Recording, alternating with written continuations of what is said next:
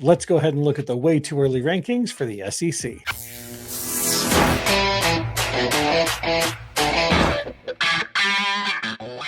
Okay, so we're going to go ahead and jump into the SEC way too early predictions. And just to save everybody trouble, because believe it or not, we got a few comments on this last week. A few comments, and everybody just reamed me on my terrible picks, apparently. Come on, it's a way too early prediction for a reason. Obviously, they're not going to be there when we get closer to the season. And the fact is we don't even know what players are going to be available. No, come on, have some fun with us, entertain us, leave some good comments. Let's do this. So to please all those folks that, wanted to tear me a new one on this one and want me to basically have the exact same opinion as ESPN, here we go. Number 5 is the Missouri Tigers. Number 4 is Ole Miss Rebels. Number 3 is the Texas Longhorns. Number 2 is Georgia. And number 1 is Alabama. This has been the DNA Sports Recap. We'll see you next week. Boom. Okay, now everybody else who's still watching, let's go ahead and talk about our actual way too early predictions. Welcome to ESPN. Yeah. Can we say that? Yeah, now that we're no longer, because that's apparently what you guys wanted to hear. So, all right, so let's go ahead and jump into our actual rankings, our way too early rankings. Now, I did this very similar to what I did last week on this one, is I kind of focused a little bit on strength of schedule and returning talent. By the way, the hardest schedules for the SEC going into this, according to CBS Sports, is 1, Florida, 2, Vanderbilt, 3, Oklahoma, 4, Alabama, and 5, Mississippi State. Top 5 that have the hardest schedules going into this SEC season next year. Okay, so you go ahead and you want to hit us with your 5th? Yeah, number 5, I'm going to go the Ole Miss Rebels. Okay.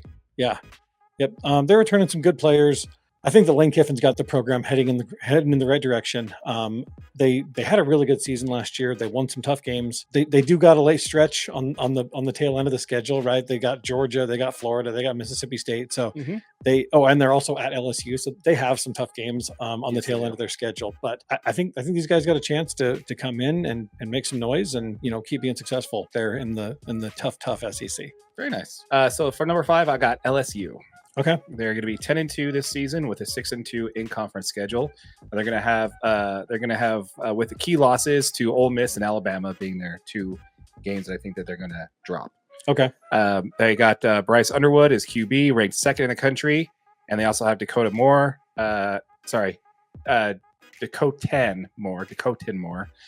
who is a wide receiver who's ranked 3rd in the country. And there's probably 4 teams from the SEC that's going to make the college football playoff. I do think that they're going to be on the list and get a CFP spot at number 5. You want to go to number 4? I have a number 4, the LSU Tigers. Gotcha. So I mean, I like where you're at there. I think this Brian Kelly's team, he's got another season to kind of be underneath him. They do have to replace a quarterback. Obviously, you lose one to the NFL draft that really, really kind of helped you guys get to where, to be as successful as you were last season. I can see the Tigers having a really good season this year. Yeah, no, I agree. I'm going to switch. I know I said I was going to have Texas as number 3. I actually have them at number 4. So okay. Texas is going to be 11-1, 7-1 in conference. Steve Sarkisian's Longhorns. Key games are going to be against Michigan, Oklahoma, Georgia, and Texas A&M. You've got Quinn Ewers is the 3rd ranked in the country with a QB rating of 78.7. I predict they're going to go 3-1 in those 4 games. Yeah. My number 3 is Texas. So I have them a little higher than you then. I think Quinn Ewers is a huge key to get back to this. When he announced he's staying, this changes everything for Texas. They do got to replace some really, really good receiving talent, but their schedule isn't the most difficult thing, right? They've got pretty good games. I mean, Colorado State, they do got a tough one at Michigan, but other than that, I mean, they got Oklahoma, they got Georgia. This team could really win some ball games this year. Quinn Ewers is our big preach for the U is that, we got Cam Rising back and you got that veteran leadership. I see the same thing here. Okay. This guy's been around a long time, and I think he's got a chance to keep leading these guys. And like you said, if the SEC gets 4 teams, this is definitely going to be one of them. I like it. My number 3 is going to be Alabama. Alabama at 3. Yes. Okay. So they're going to be Alabama 10-2 with a 6-2 conference record.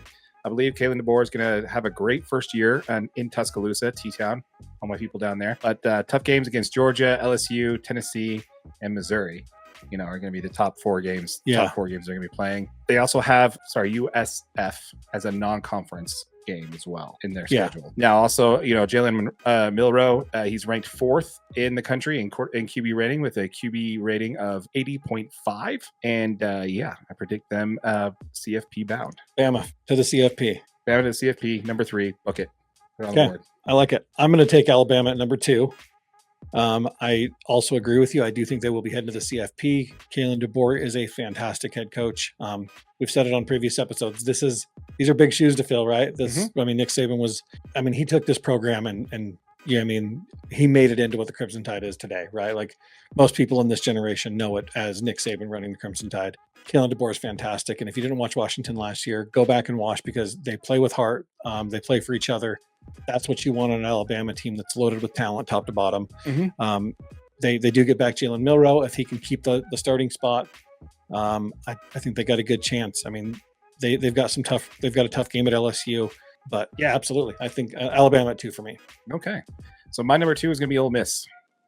Ole Miss at 2. Okay, I like this. I got Ole Miss at 2. The key games are against Georgia, LSU, and Oklahoma. This is one of Lane Kiffin's most talented rosters he's had. 6th ranked QB in the country, Jackson Dart, will be returning as well. Sorry, Utah boy. Yeah, by the way. Yeah. So we also have receivers Trey Harris, Jordan Watkins, and tight end Caden Prieskorn all returning. So those are key things that he's going to be. It's pretty much a set offense already coming back. For Ole Miss there. They have a lot of players returning on offense. The big if for this one is LSU. I do think they are going to beat LSU, but I do think they're going to lose to Georgia. To me obviously, if I've got the top 4 all making the CFP, then obviously Ole Miss is going to be in as well. So. Yeah. Okay, that takes me on to number 1. At number 1 in the SEC, I have Georgia. This team is really, really good. And they return a lot of talent. They send a lot of talent to the NFL. They have a chance to go undefeated again. I mean, they've got a tough game at Alabama, but they're going to be looking for revenge against pretty much shore up that loss that they took last year that really kept them out of the CFP. Mm-hmm. They got a tough game at Texas. I'm not sure if Texas is ready for a big game like that. I mean, even at Texas, I'm not sure if they're ready for Georgia to come in there. Right. Really, really good football team. This team could go undefeated and be the number 1 team out of the SEC. No doubt about it. Oh, hands down. Yeah. I agree with you there. And so far, you and I are not on the same plane as ESPN. So hopefully we don't hear it in the comments this week. Yeah. Yeah, I'm sure there will still be some comments. Make sure you guys leave us a comment down below. Subscribe to the channel. We are going to do more of these rankings as we get a little bit closer to the season. Make sure you hit that subscribe button. Let us know what you think. Absolutely. And for number 1, I have Georgia as well. I have them going 11-1, 7-1 in conference. They play 5 games against top 20 teams. Carson Beck is ranked the number 1 in the country. His QBR ranking is 85.2. People will mention that he won't have Brock Bowers or Ladd McConkey. They Huge losses. Yeah, but they weren't really available for large stretches of the season last year as well. But they also have transfers. Benjamin Yorosek. Oh, I don't know. Yeah, Benjamin Yorosek, I think, okay, at tight end. And they also have receivers Colby Young from Miami and Michael Jackson III from USC. Awesome name. And London Humphreys from Vanderbilt. So I think they're going to come away with the conference, and I think this is a title year for them. Yeah. I think they have a good shot at winning the national title. Keep in mind, folks, we are on the grind to 1,000 subscribers.